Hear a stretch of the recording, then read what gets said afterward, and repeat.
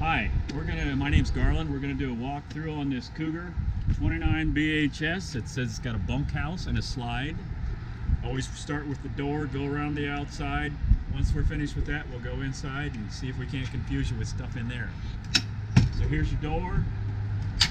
Got your screen door separate from your main door. The main door has a T handle back here. So if you're camping and you want to just use your screen door, but you don't want this door banging back and forth in the wind, that's how you put it out of the way. Your steps just fold up like this. People automatically reach for them this way. I always urge people to do it underhanded because this is going to come down on the back of your hand and it's going to hurt. So grab them underhanded, pull them out. I'll get this released back here. So there's your door, your steps. Here's your pass-through storage. Put the bodies in this side, you take them out the other side, the neighbors will never even know. Right here you got a couple cranks. This one does your stabilizer jacks. Some people use the crank, other people use a cordless drill or a regular drill. It's a 3/4 inch socket and you can just run them up and down without taking all the time to crank them. Our guys, service techs, they use the drill, it's just faster. So this is another crank that's laying in there. This is for your power tongue jack. So you got a power tongue jack, it's got an up and a down, it's got a light. The reason there's a crank with it is in case for any reason this thing stopped working. And it's not a simple thing like a fuse or whatever. You can take this top off of here, put the crank down in, and you can manually run it up and down to get it on or off of your vehicle. So you're not stuck out in the middle of nowhere with no way to get your camper back onto your truck or off of your truck. Also up here while we're standing here, we've got your 7-way plug. It runs all the lights, charges your battery, sets your brakes. Got your safety chains, and this little cable here, that's going to be attached to your tow vehicle so that if for some reason this thing somehow came unhooked from your tow vehicle, this would pull the brakes on your camper and set those brakes, so instead of it sailing down the road past you, it'll stop. I'm going to put my hat on because the wind is blowing. So this is a cover that has these little rubber pulls. So if you put this down, you can look in here and see that you've got two 30-pound propane tanks. They're full. Also behind them is your battery. So it's a new marine grade deep well battery. It's not sealed, so you can check the level on it during the summer when you're camping and stuff. Check it every month. You got the cap, and then you got that little ring down inside there. You always want to keep the liquid in that ring at least. So if you need to add anything to it, it's just simply distilled water. Your tanks operate just like propane tanks on your gas grill at home. You turn the valve this way, that turns it on. This way turns it off. Got a little regulator here. You always want to make sure you keep one tank on, one tank off, so that when one runs empty, you know you've got a full tank left. You know you've got to get the other one refilled or replaced. If you leave them both on, the thing will automatically switch over. When one runs empty, it'll switch to the second one, and that second one will run empty, and you won't even know that you had an empty tank in the first place. It usually only happens at 2 or 3 o'clock in the morning when you can't do anything about it. Nobody's happy then. So keep one closed, one open. That's everything up front here. Then this closes again, same way I just undid it on the other side. You want to do both sides so it stays secure.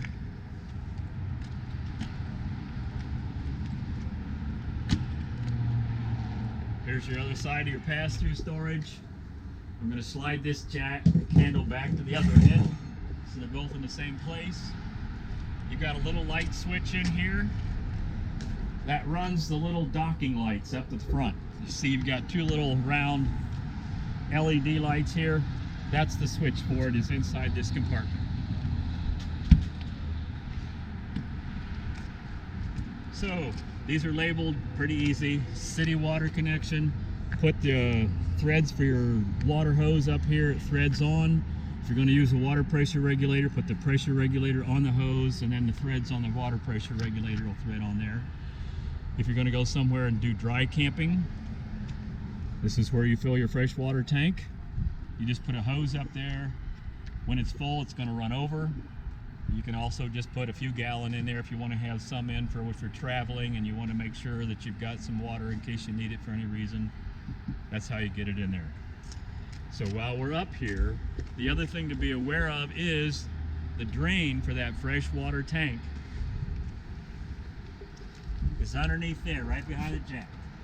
See that little spigot? That's how you drain that tank. So we're going to go down through here. This is a big slide room. I left it in while we're doing the outside so you can see your sewer hookup and the handles for your black and gray water drains.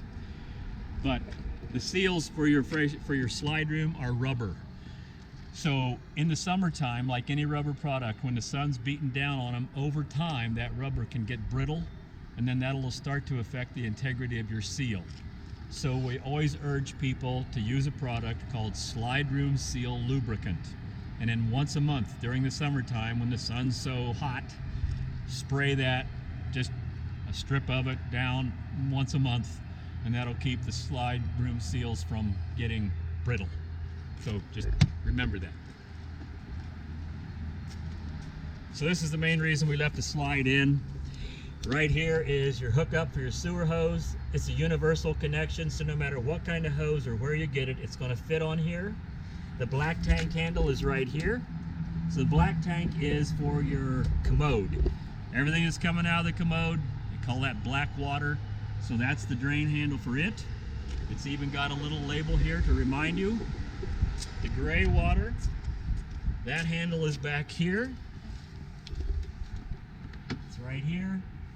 The gray water is things out of your sink, tub, and showers. So when you're draining your tanks, you want to do the black water first, then the gray. That kind of helps rinse out the sewer line. So when you're handling, it's a little nicer to handle than if all that stuff out of the black tank's in there.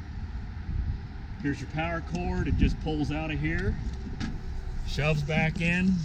When you're camping, typically you put that down. Looks like they broke the little door latch off of here, so they've been putting tape over it so when it's going down the road everything is secure. So that's not a bad idea. Either that or get a new lid. This is your hot water tank. They left the insect screen on here, so that's very nice. Anyway, so it's a stainless steel tank. Here's your plug for it. It's got an anode rod on the end of it, so the plug and the anode rod is all one piece. The anode rod is to help keep a sulfur smell from being created from chemicals in the water interacting with the steel tank. So anode rod's usually good for 1 to 2 years.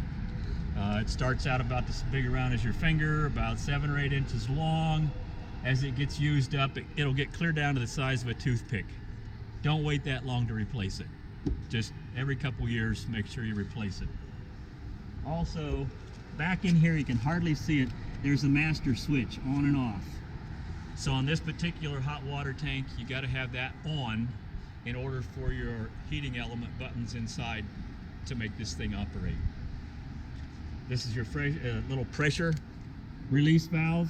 So when you're getting ready to drain that tank, just release the pressure here, so when you're taking the plug out, it'll just run out nice and smooth instead of spitting and sputtering water all over you. So we're going to put this back on here. That's your hot water tank. This is storage compartment. Back here they have a grill. They've got a bumper mounted grill here. When we get around there, we'll see the bracket that it goes on. This is where you store it, and also for travel. It's safer to put it in here than it is to leave it on the bracket back there.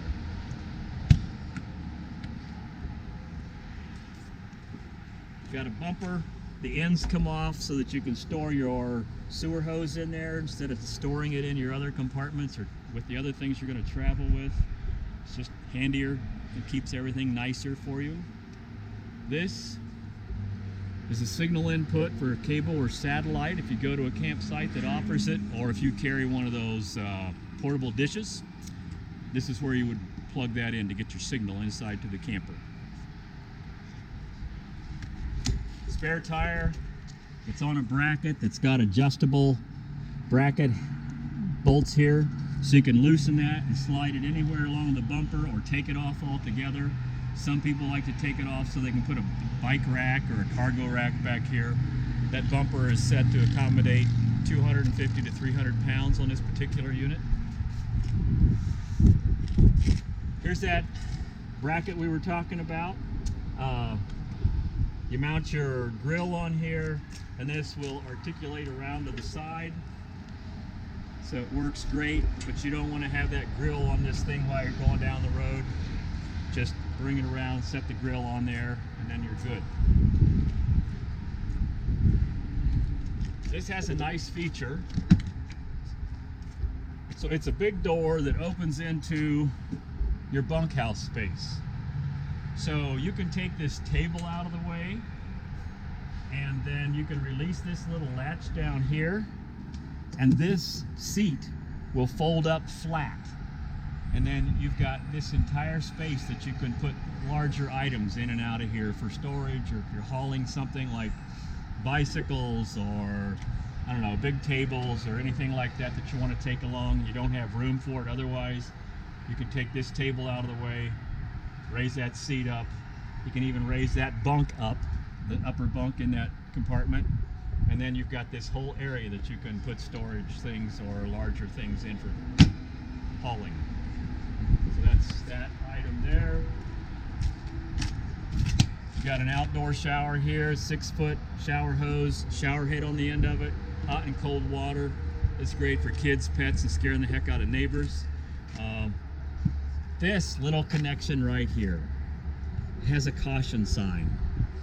It's because it's your black tank flush. It works great. You put a hose up here, thread it on, turn the water on, it goes into your black tank, which is everything from the commode, with pressure and a whirlpool action. The reason there's a caution sign here is they don't want you to ever turn that water on unless you have the black tank drain open, because it is going to go somewhere, and if it can't get out of that drain, it's possibly going to come right back up through the commode into your camper. Not a good thing. I've never talked to anyone who forgot more than once. So there's that. You've got self-adjusting brakes, easy lube axles. They call them easy lube because you can pop off the end of each wheel, and there's a greaser right through there. So 1 to 2 shots of grease per year. I also urge people that just occasionally pull a wheel, check your wheel bearings. The 1 to 2 shots of grease should take care of you, but you don't want to take chances on that. This is access to the back of your refrigerator.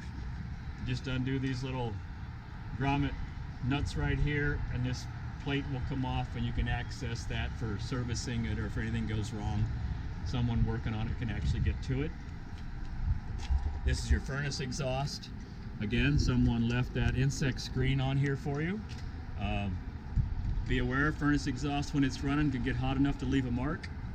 Also, these insects that love to get in there and sniff propane and build their nest to screw up the operation of your furnace, this screen keeps those bugs out. It also helps keep somebody from accidentally bumping against there and getting burnt. While we're here, you'll also have a signal output if you decide to mount a TV out here, or set up a table and put a TV out here so that you can enjoy it outside. Got your power outlets for it. Above here you've got your stovetop vent.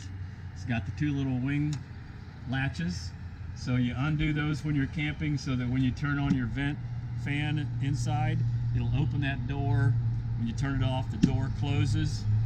But when you're not camping, or it's going to sit for an extended period of time, make sure you come out and put those little latches over there so that insects and bugs don't try to climb in there and build nests inside your little vent fan. And that brings us back to the door where we started. So next we're going to go inside. Okay, inside the door, right inside, you've got this little compartment here. It's got your breaker switches and your fuses. Everything is labeled. This has the style of fuses that when one goes out, there's a little light next to that fuse that tells you which fuse is out. They're simple automotive fuses. You don't have to like go get a special one for here. But I always urge people to get a selection of some so that you just got some extras on hand. You never know when you might need one. Got some storage here. Got your fire extinguisher. Right here above your kitchen counter, you got a double 110 outlet. You got all of your keys here. I'm going to make sure these are in a top kitchen drawer. Anything that's loose, that's where it'll be. Top kitchen drawer. Don't forget. Storage above your sink. You got your double sink. You got the sink covers. You got the little counter extension here. You also have drawers. So just all sorts of things that are just handy here. More storage. There's an outlet here, and these folks have put a little voltage meter in here just to keep track of how things are going as far as power coming into the unit. You can leave that on there, you can unplug it, you got some extra outlets behind it. Let's see, anything up here? Nope, just storage. Got your microwave. Does everything a microwave does. Got your stovetop light. Got that vent fan we talked about. They put one of these on here to give you a little extra counter space for working in the kitchen when you're not using the stove. But when you are, this little grill will come off of here to access it for cleaning or for service. It lights with a sparker. So this is telling you front center. Put that onto the lights setting and it lights. Once you have it lit, then you can adjust your flame up or down. Every burner lights the same way and operates the same way. The big difference is this middle front one gives you 9,000 BTUs. Each of those gives you 4,500 each. So just be aware, if you need something hot in a hurry, use that front burner. Put that back on there. Your oven, you do have to light your oven. So it's got a pilot setting. You push that in. Put your little fire stick here underneath on this tube. It'll light your oven. Once it's lit, then you can adjust the temperature up to 500 degrees or to broil. So that's everything on your stove. Right here on this wall is your little monitor panel, as well as your water pump button and your LP gas heating element for your water heater and your electric heating element for your water heater. You don't ever want to turn those on unless you do have water in your hot water tank. Otherwise it'll burn up the elements. And then here's your little monitor. See, it says battery. You push on that, tells you your battery's full. Fresh water tank, got about 2/3 in here. Black water tank is telling me I've got a little bit in there. Gray water is empty. So when they did the LP check and the water check, they obviously put water in here. So before today is over, we'll make sure those tanks are emptied so whoever gets this camper is not dragging it around, hauling extra weight.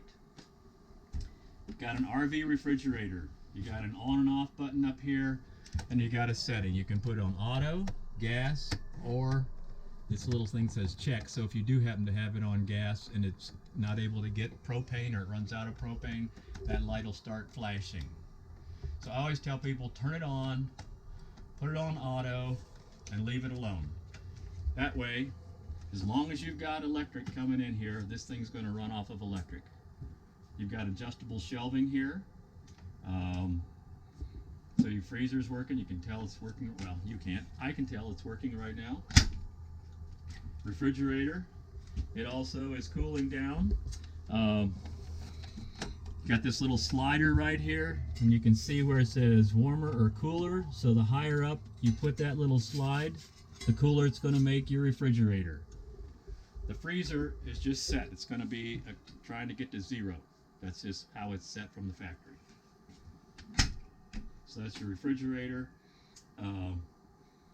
As long as you've got this in auto, you got power coming in. Like I said, as long as you have that, it's going to work great on electric.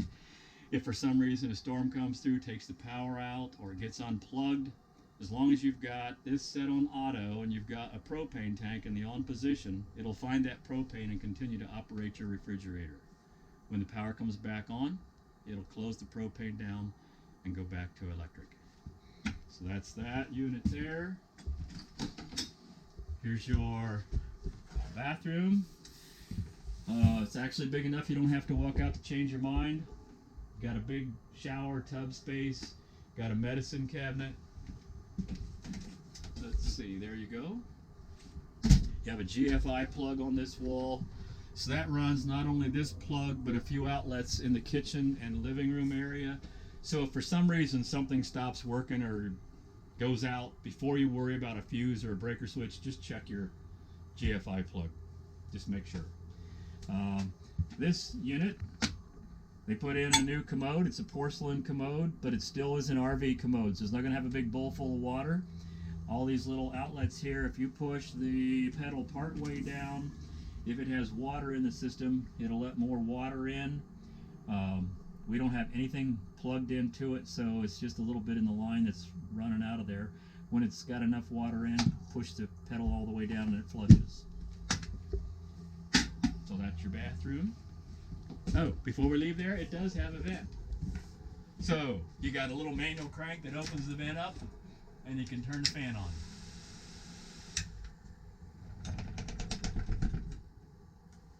Inside here, you do not have a light switch. It's just on the fixture itself. So that's what's going on there.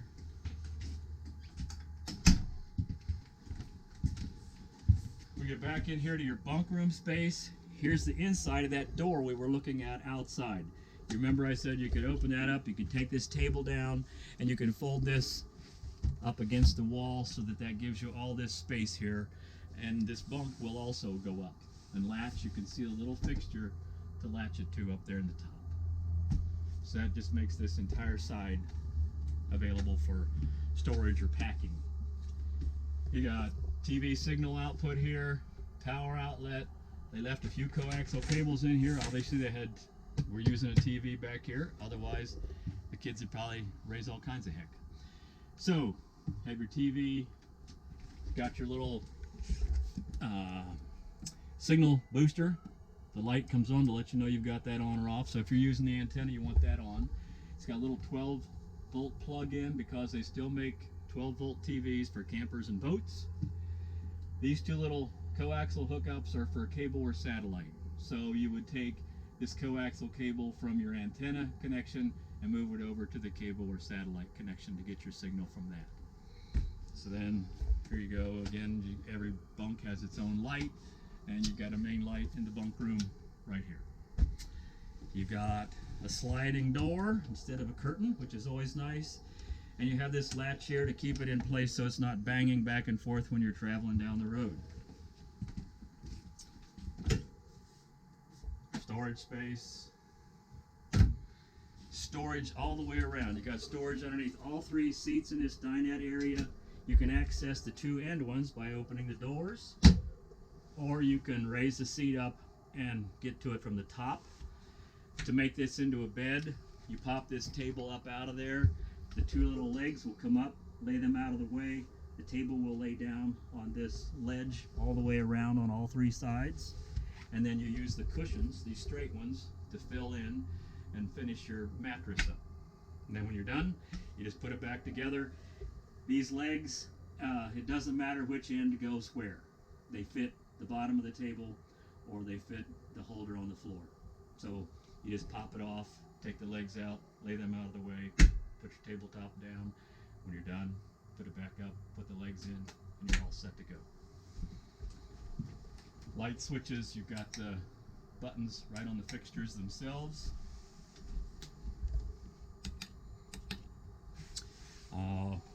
Cup holders on both corners. So it's a really nice large area, and it also turns into a bed that's big enough for adults. It doesn't have to be a little kid using that.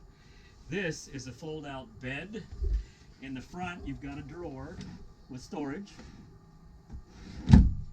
The bed folds out from the back.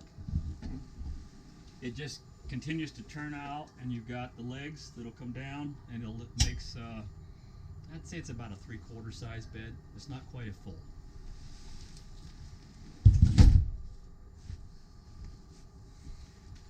So there are the beds, storage. You have the blinds that come down and go up. They're kind of tight because someone tucked this little silk side in here out of the way so that you could actually open your windows. You have jalousied windows,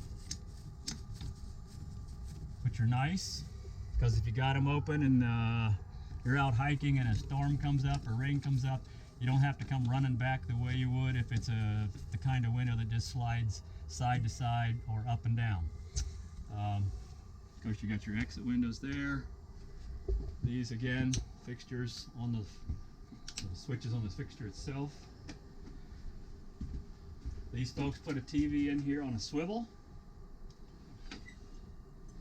Let's see, storage.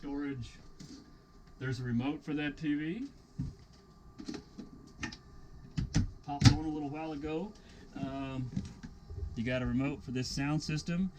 It's AM, FM radio, memory stick, Bluetooth. It'll play discs, CDs, or DVDs. It's set up and has the cords and wires and everything if you want to play a movie on this TV. I'm going to put the remote for that right there. I don't think there's anything else right here to talk to you about. Carbon dioxide, monoxide sensor. It's the kind that's hardwired in. It does not run off of a battery. So when it starts to go bad, it'll chirp at you and you can hit a button to make it be quiet. But you take the 2 screws out, pull it off of there. There are wires into the wall. If they don't have couplers on them, you go ahead and cut those wires. Leave yourself room so that when you put your new one in, you can get it coupled back together. Put it back in, put your screws in, and you're good for another 5 to 7 years. It does connect to one of the fuses in your breaker switch and fuse box. So that's how that operates instead of a battery like your smoke detector. And speaking of that, it's right above Samantha's head. And then right next to that is your TV antenna. It cranks up and down. Once it's up, you can pull this down and change it directionally. Also in the ceiling here is your air conditioner unit. It's got these little vent opens and closes. It's what they call the cold air dump. If they're open, it just dumps all the cold air it can possibly pull together right here in this area and cools it down in a hurry. The more you close those, the more it forces out your ceiling vents. And then you have this little flathead screw, or use a penny, whatever, to open that up, and you can get to the filters for your air conditioner unit. You want to change those here in the Midwest, like, 2 or 3 times a year. If you're traveling someplace where it's a lot more dust, like Texas or Arizona, check it every month or so, because it's going to get all clogged up a lot faster when you're in those type of areas versus just here in the Midwest, particularly like Ohio, Indiana, places like that. On this wall, you have your thermostat. It's a pretty basic one. Cool for your air conditioner, fan only, off, or heat. And then once you have it in whatever mode you want, you slide this to whatever temperature you want it to reach, and that's what it's going to do. This side over here is if you want to just run a fan for ventilation only, you can just hit fan only and it'll run in high, low, however you want it to do it, either on auto or manual. So that's your thermostat. This is your control panel. This runs your slide room in and out. Got an electric awning in and out. You got ceiling lights, floodlight, that's on the outside. Porch light obviously is on the outside. This also helps do the little dock lights, so you got a couple places you can turn those on. So that's your little panel. The last thing we have is the bedroom. It has a sliding door. It's got the little latch here again to keep it from banging back and forth every time you're going down the road. You also have a second carbon dioxide monoxide sensor in here in the bedroom. You got a ceiling light.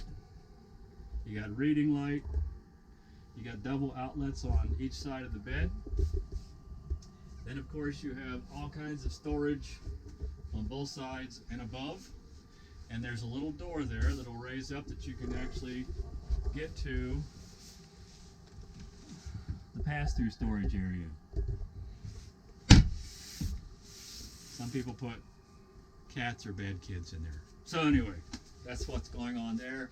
The bed will raise up with some storage underneath it. It's got struts to hold it up so you don't have to hold it up with your head. Here's the other side of that TV that'll swivel around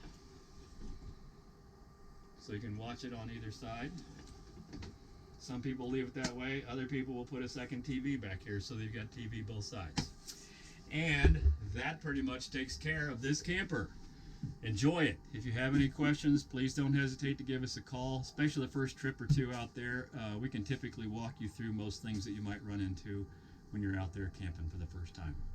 Thank you.